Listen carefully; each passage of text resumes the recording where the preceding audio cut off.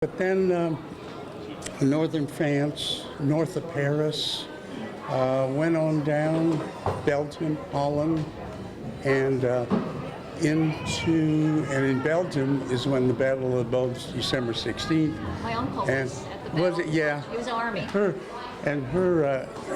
father was in Battle of the Bulge also, and then wound up with the Russians on the Elbe River. They were on the east side, we were on the west side. Were you a tank? No, I was field artillery. Okay. As you can tell by my cross cannons. Yeah, exactly. And then they're talking about VE Day. We didn't celebrate it. We were emotionally, physically exhausted. The Russians on the other side, their war was over. They were firing flares and weapons and so forth. We knew we were scheduled to leave out of Marseille for Japan. And that was going to go on with 1 million estimated casualties. So we did not celebrate. We didn't even celebrate VJ Day. We were just. What do you think for you is the most important thing, having gone through World War II? An infantryman wrote something, and I just did it at an award that the French Consul General gave us Normandy vets. He said it was an adventure, something I'll always remember, but I wouldn't want to go through it again. It's, you just learn so much about yourself, but you lose buddies, and that's the death camps still bother me to this day. Very much. To see what they did to these people. And then we turn around, nobody told us differently. We went in, we saw these starving skeletons who had endured so much, and we fed them our high caloric rations. 2,500 calories, literally killed a number of them. So that was the sad part of it. I loved today. It was a wonderful show. It was very well done and very authentic. I really enjoyed it. And basically, I'm a retired naval aviator. I started in 1942 and was in a lot of places and so on. And my wife was a Navy nurse, so we enjoyed the service. And it is so good to be out here in Benicia with daughter Jody. What did you fly? A little bit of everything. Single engine, multi-engine, propeller-driven, jets. What was your favorite? Oh gosh, that's hard. That's a hard one? Yeah. Hey. Anyone that you didn't like? Oh, yeah, whole bunches. Whole bunches of them. I bet. But one of the most enjoyable aircraft was a North American Navion that we owned. Okay. A family plane, and we enjoyed the heck out of it. Fantastic. I just wish that Jody and Lisa had learned how to fly it. Did you carry your landings? Yes. Oh, fantastic. Yep. That's So it was very great time. Good for you. Thank you. My summary is I miss it every day. Terrific. Thank you. My name is Joe Mata.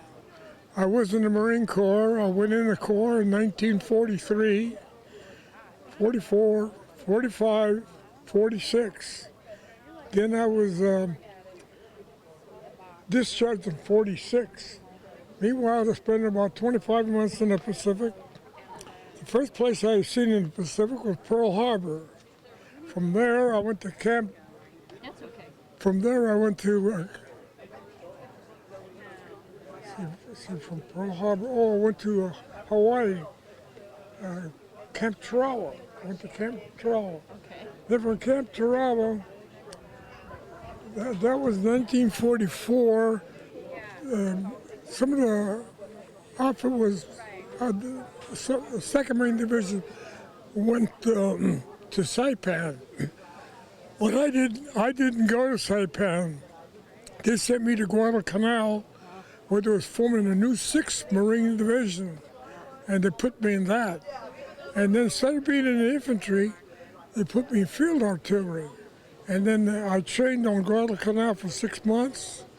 Then we went to Okinawa, and I fought in Okinawa for 3 months. And you know, the funny part of it was when I fought there, I had no idea how many people were killed there until after I was out of the service. And I found out that 250,000 people were killed on Okinawa. And I buried some of those civilians, you know, because they used to have burial tombs, kind of to bury their dead. And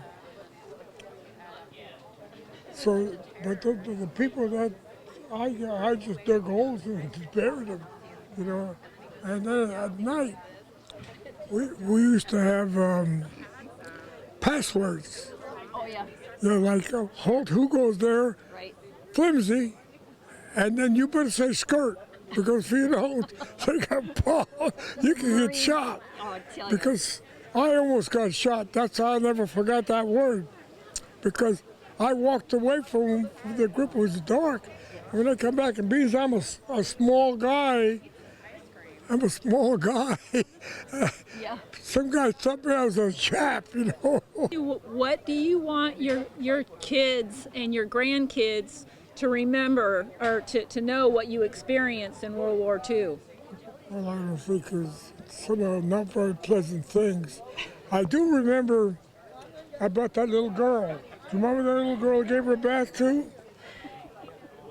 My division was going up, and we were digging alongside this ridge, and there was a house just on our side of the ridge.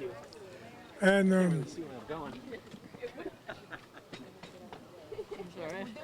Careful. and there was a well there, and I hadn't taken a bath. I hadn't taken a bath for over a month.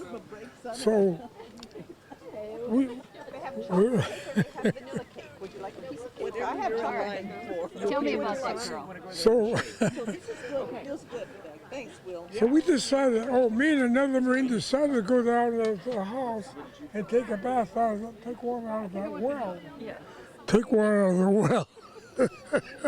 I'm not used to speaking of, Oh, you're doing great. but that's it. What else was I going to say? Well, what was in the well? Was the well okay when you took that bath? Or did the girl see you? Did the girl see you taking a bath? Oh no. Okay. Yeah. When we got through taking a bath, Yeah. there was a cave. When we came down to kind of a bank, like there was a cave, and there was a little girl there, Yeah. maybe about 3 or 4 years old. And the poor little thing, she was dressed in rags, and she had flies on her face. And you know, that broke my heart. It really is determined as I was to kill, and I did. I'm a killer. But you know, so I told the guy, I said, let's give this youngster a bath. Yeah, it's He said, okay. So I took the little, she had a little kimono, we took the kimono off of her, and we gave her a bath, but we put that cold water, you know, and she didn't say nothing. She didn't say nothing, she didn't move, she didn't try to get away from me, and it really got to me, and I never forgot that. Even today, when I think about that, and that was almost 70 years ago. You know, hopefully that little girl's still alive and she remembers that kindness. Well, it's because, you know, war is like, the thing is, when you go into combat, day after day after day, you're losing guys all the time. And some of the guys that killed before I left the island of Okinawa, I seen our Marine Division graveyard. And I looked at all of that and I told one of the guys, are all these guys been killed since we landed here? Yeah, I couldn't believe it, you know. Thank you for telling me And that story. I remember my division took all northern half of Okinawa, but then the 27th Army come up and relieved it because they wasn't doing too good down below, and we went down, and then I fought on Sugarloaf Hill, Half Moon, Horseshoe, Naha. These are just some of the battles I participated in. You know. And Thank you. Thank you. and the thing is that I felt sorry for those people though, because you know they were afraid of us. And in fact, I even stopped that little girl would give her a bath. I had some sea rations in my pack, and you know I took some sea rations out, and sea rations are 2 cans. I took the contents of 1 can and split it. I put water from my canteen, and I fed the little girl. And you know, I don't know if it was that little girl's father or grandfather, whoever it was. Once he seen that we meant no harm, he was afraid we were going to do something. Sure.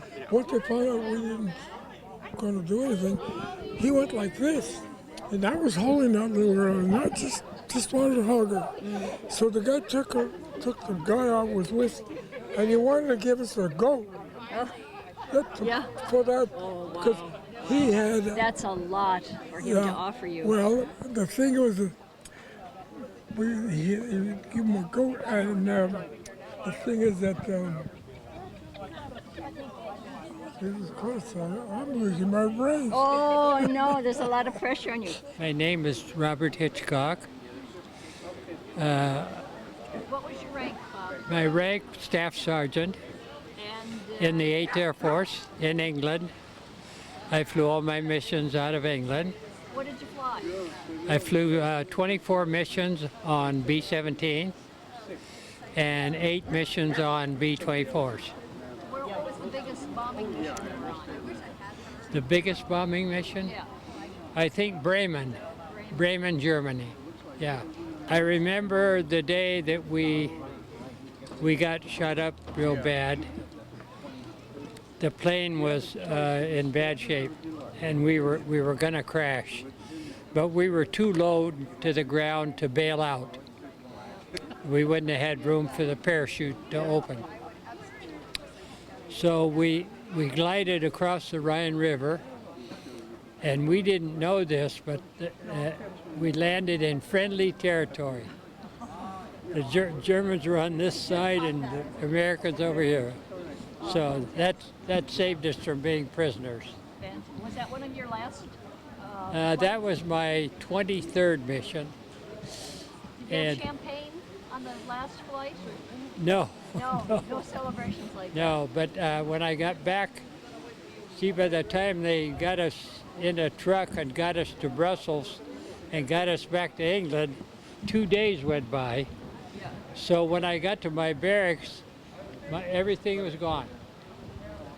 An empty bunk. They had taken all my uniforms, my letters from home, everything had gone to the supply sergeant. Oh no. They So, were getting ready to send it home. I should have known that would happen because I saw that happen to other fellows. Yeah. But I never thought it would happen to me, you know. So this is all reissue. This uniform is a reissued uniform. Oh, okay. Thank you, Bob. Okay.